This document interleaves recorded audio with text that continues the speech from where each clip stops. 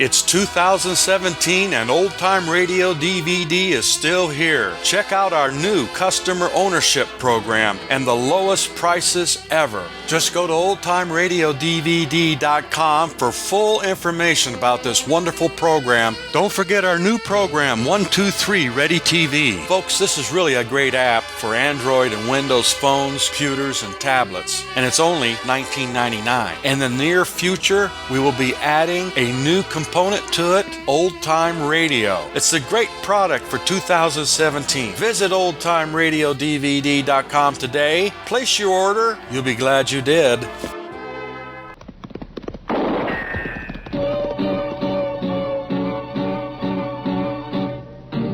Gunsmoke, brought to you by Chesterfield. Made the modern way with Accuray. Smoother, cooler, best for you. Around Dodge City and in the territory on West, there's just one way to handle the killers and the spoilers, and that's with a U.S. Marshal and the smell of gun smoke.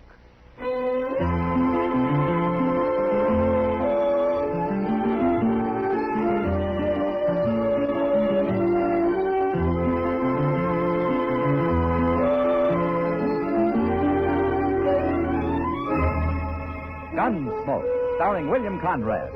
The transcribed story of the violence that moved west with young America. And the story of a man who moved with it. I'm that man, Matt Dillon, United States Marshal.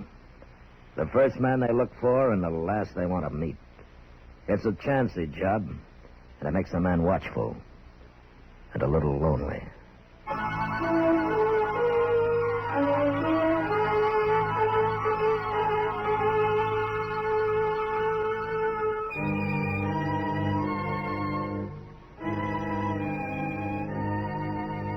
Most people think of Dodge City here in the 1870s as a wild, lawless town, swamped with exciting women and strong, daring men. The men they picture as fighters, the kind who stand up for almost no reason at all and gun each other down with as little regard for their own lives as they have for their opponents. Men whose courage is as raw and harsh as the prairies it's bred on. Well, this is the picture. But it isn't quite complete. We got our share of cowards, too. Like the one whose work I ran into the night I found a note on my door. Said, come up to Doc Adams' office as fast as I could.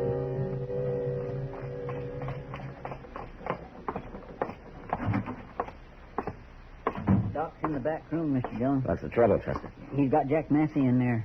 Jack Massey? Hey, that cowboy who looks up whenever he comes to town, you remember him? He always comes into the office and sits around and talks. Oh, the red-headed fellow, you mean, huh? It's been 6 months since we've seen him. Oh, what's he doing up here? What's wrong? Well, Doc, you better ask him. Hello, Matt. Doc? Well, he's dead. Oh, that poor... As soon as I saw him, I knew he couldn't make it. Not with a hole like that in it. Doc, would you mind telling me what happened? Somebody shot him, Matt. Well, who shot him? We don't know. I was coming down the street, Mr. Dillon, and I heard a shot, and I run in and found him laying there on the floor, right where he fell out of the chair. Out of what chair, Chester? Why, yours. Mine? Yes, sir, down in the office. He was waiting for you, I guess, and somebody sneaked in the back way and shot him. Well, why? He was shot in the back. So? Well, he was sitting in your chair, and we noticed he was wearing a hat, just like the one you wear. And also, he's about the same size as you. Somebody's out to kill you, Matt. To kill you the easy way.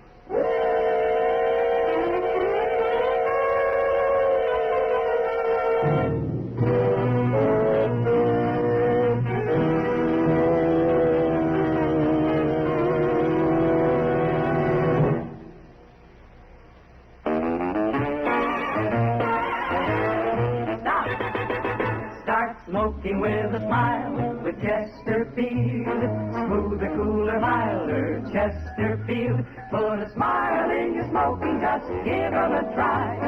Chesterfield's best for you. They satisfy. If you want tomorrow's better cigarette today, next time you buy cigarettes, stop. Remember, only Chesterfield is made the modern way with Accuray.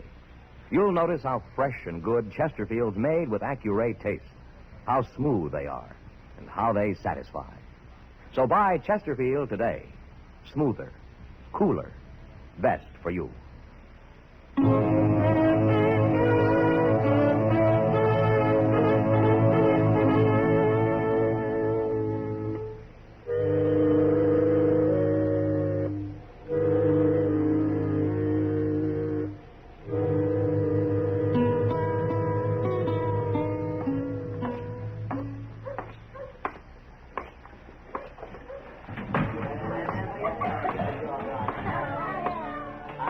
Evening, Matt.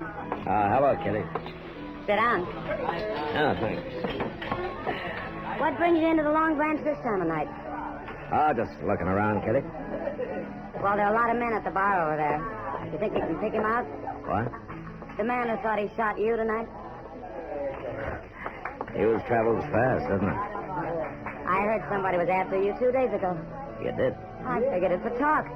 Didn't anybody tell you about it? Well, I haven't been around much the last couple of days, Kitty, but even so, I guess it isn't the kind of talk people feel easy about passing on. That's for me, anyway. I guess not. You know who started it? He did. Who?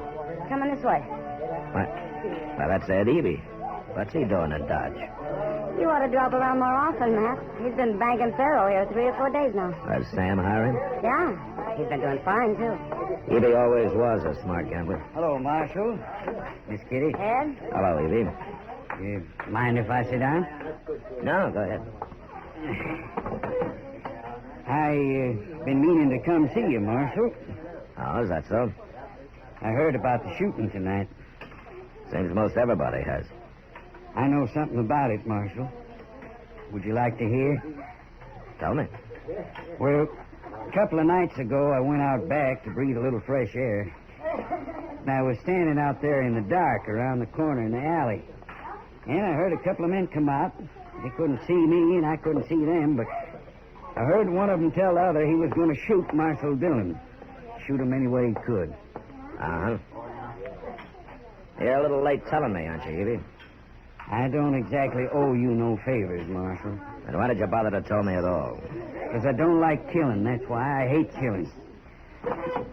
I've told you everything I know, Marshal. I'll be going now. What's that all about, Matt? What's between you and Evie? Oh, I knew him out in Santa Fe one time, Kitty. He was bullying a man, and I showed him up to be a coward. A lot of people witnessed it, and Evie never forgave me. Well, then maybe his story's a lie. Maybe he's the one who did the shooting. I don't think Ed Eby has the guts to shoot a man, even in the back. Who is it, then? Haven't you any idea? No. But there are a lot of men who'd like to see me dead. I know. I'd be willing to take my chances with anybody who'd face me. It's the man who shoots out of the dark I'm afraid of.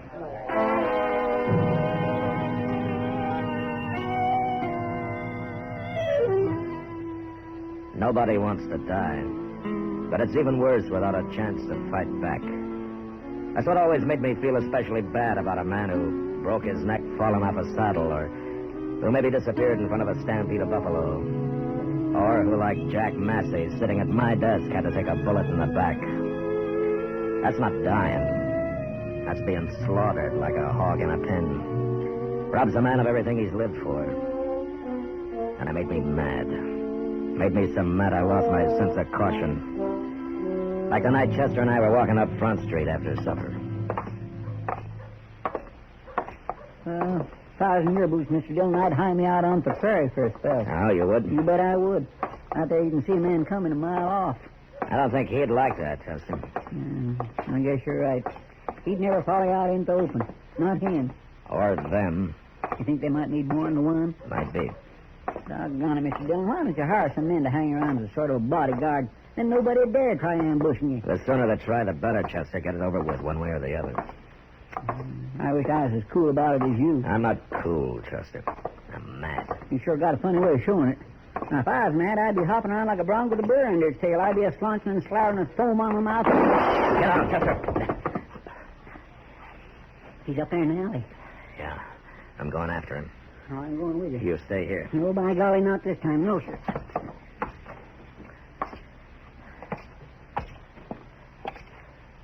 Start shooting, mister. Start shooting while you got a chance. I sure will. He's by that barrel, Mr. Dillon. He's leaning on it. Yeah, I see him. I'll shoot you. I'll shoot you good. Drop that gun.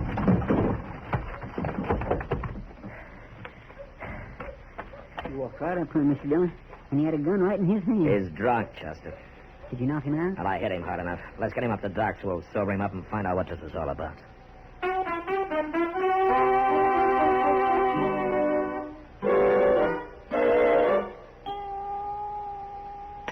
Don't put that cup down yet, fella. Not before you drink every drop of coffee in it. No, I'm drowning in coffee, Doc. I said drink it. Yeah, there. No more, Doc. I'm sober now. Yes, well. Matt, Yeah, Doc. he can talk straight now. It's about time. What's your name, mister? Nat Swan. But I didn't mean nothing, Marshal. I didn't know what I was doing. Honest, I didn't. And I'll tell you, you were trying to kill me. No. No, don't hit me. Don't hit me. You're a real coward, aren't you, Swan? Even to shoot me in the back, you had to take on a load of whiskey. I got nothing against you, Marshal. I come to town and heard all that talk and thought I could make a name for myself if I'd done the shooting. Ain't no more to it than that. Oh, listen, no more to it than that. Oh. Well, nothing personal is what I mean. I should have put strychnine in that coffee. What are you saying, Doc? Never mind, Doc. I believe you, Swan. Oh, you do? Well, it's true. Honest it is. Yeah, it's true, all right. And there are a lot of other drunken, brainless bums going to try it for the same reason. They've heard somebody's out to murder me, and they get to thinking, why shouldn't they do it and get the credit for themselves? Oh, no, man, no, it's not that bad. It's already started, Doc. And there'll be others. Lots of them. As long as I last.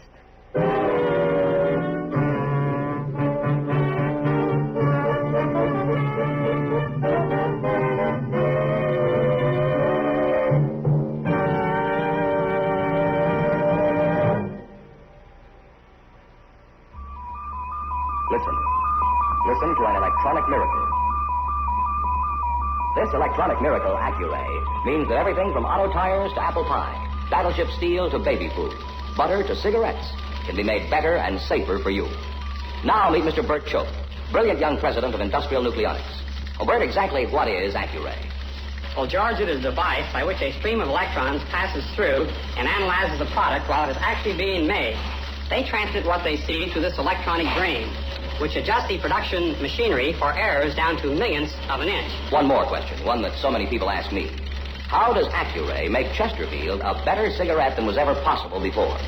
Every cigarette made with Accuray control contains a more precise measure of perfectly packed tobaccos, so Chesterfield smokes smoother, without hot spots or a hard draw. And that's why Chesterfield tastes so much better. I guess that's why you smoke them yourself, Bert. You see, I know what Accuray can do. Well, there's your answer. If you want tomorrow's better cigarette today, next time stop. Remember, only Chesterfield is made the modern way with Accuray. Best for you.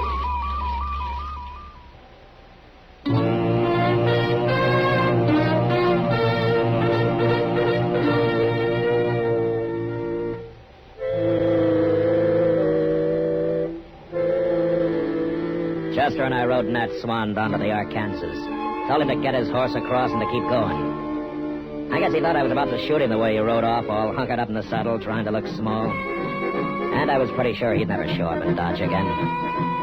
Yeah, that'd be one less glory hunter to deal with. But the thought of how many were left waiting in the alleys, hiding in the shadows, well, it made me jumpy. But I didn't realize how bad off I was until we got back into town, rode into the stable. We put our horses into their stalls, and we're walking toward the door. This barn's plumb deserted tonight, Mr. Dillon. It's late, Chester. Everybody's either drunk or in bed by now. Well, there's somebody who ain't. Hey, what's he doing with that rifle? Here, duck into the stall, Chester. He's seen us. All right, drop that rifle, mister. Not likely. Drop it, I say. No. He's gonna shoot. You got him. Hey, you stay back, Chester.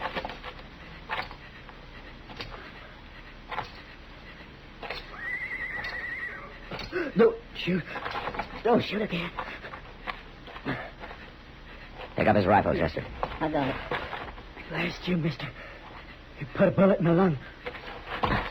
Who are you? I've never seen him before. Why do you care who I am? You've got to Sure, Mass, what you done? Why were you after me? Somebody hire you? Tell me. You shoot a man down, and then you try to blame it on him. Maybe he wasn't after you. I ain't after nobody. I come for my horse, that's all. I think he's telling the truth, Mr. Dillon. Dillon, you're the marshal? Who did you think I was? I heard talk somebody was out to shoot you. It wasn't me. I was just trying to get home to Texas. I ain't gonna make it now. Well, I heard you lever your rifle, mister. You're about to shoot. I thought I was being held up. Oh, you hollered at me. Oh, my goodness, Mr. Dillon. He ain't got nothing to do with this. Oh, of course I ain't. If I was you, Marshal, if there's talk about somebody after me, I'd find out who's making the talk. I wouldn't go around shooting innocent people. Somebody's got you outsmarted. We'll get you up to Doc's, mister. He'll take good care of you. Don't bury me in a blanket, Marshal. Fix me a box, will you? Promise me you'll fix me a box. Yeah, I promise. I can't swallow no more. Oh, God. Drown.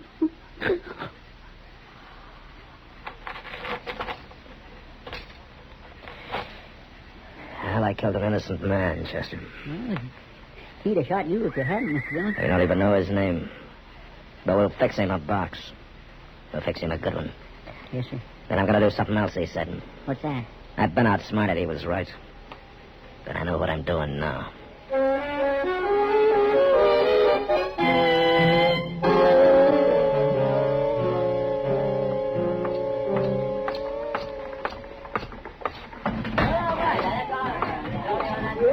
Hello, Matt. Hello, Kitty.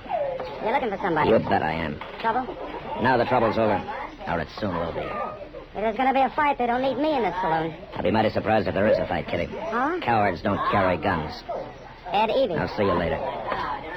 You time to split, gentlemen. You care to swing along? Well, Marshal Dillon, you going to try your luck? My luck ran out about an hour ago, Evie. What? I shot and killed an innocent man. What are you talking about, Marshal? You were too cheap to hire somebody to get me, Evie, and too much of a coward to try. I don't like that. Your story about overhearing that talk out back. You spread it around, hoping it'd give some brainless fool the idea to try it himself. Now, that's a lie. 2 men tried it. Then they made me so jumpy I just killed a man I thought was going to try it again. Well, I feel pretty bad about that, Evie. I got nothing to do with it. You told me the story thinking it'd make you look innocent. Now, you outsmarted me, Evie. For a while. You can't prove any of this. I don't have to. Now, come on. You can't arrest me. No. And I'm going to lock you up, and tomorrow I'm going to run you out of town. No. 2 innocent men have died because of your cowardice, Evie. I wish I could hang you for it. Don't you call me a coward. You're the worst coward I ever saw. Shut up. You stop saying it. You're doing just what you did out in Santa Fe. Come on, Evie. I'll show you I'm not a coward. You won't call me that anymore. Take your hand out of your pocket, Evie. I got a gun in here. I'll kill you myself. No, you won't. You're not going to draw that gun. Yes, I am. Not you, Evie. I'll do it. Not you, Evie. I'll kill you. Just keep talking, Evie. Keep talking. Why didn't you shoot him, Matt? You had a right to. I think he wanted me to, Kitty. What? I think he'd rather be dead than face everybody knowing what a coward he is. Well, he's got his punishment coming. For the rest of his life.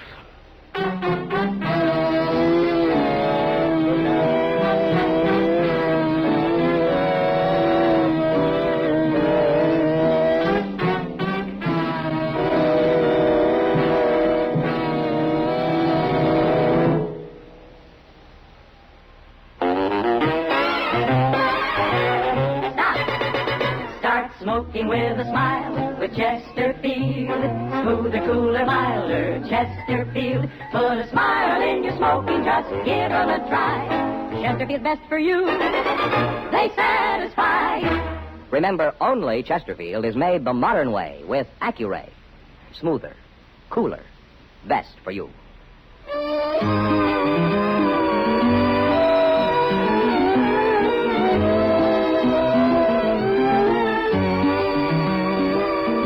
Gunsmoke, produced and directed by Norman McDonald, stars William Conrad as Matt Dillon, U.S. Marshal.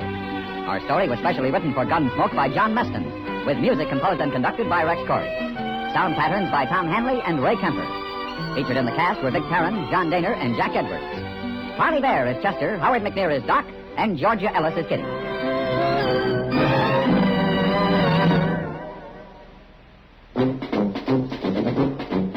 Make today your big red letter day, your L&M red letter day. Superior taste and filter, it's the miracle tip. Make today your big red letter day. Change to L&M today. L&M's got everything. Superior taste. And superior filter. Get L&M today. This is it. L&M, superior taste and filter. L&M, America's best filter tip cigarette. Be sure and listen to Gunsmoke again on radio next week at the same time. Transcribed for Chesterfield.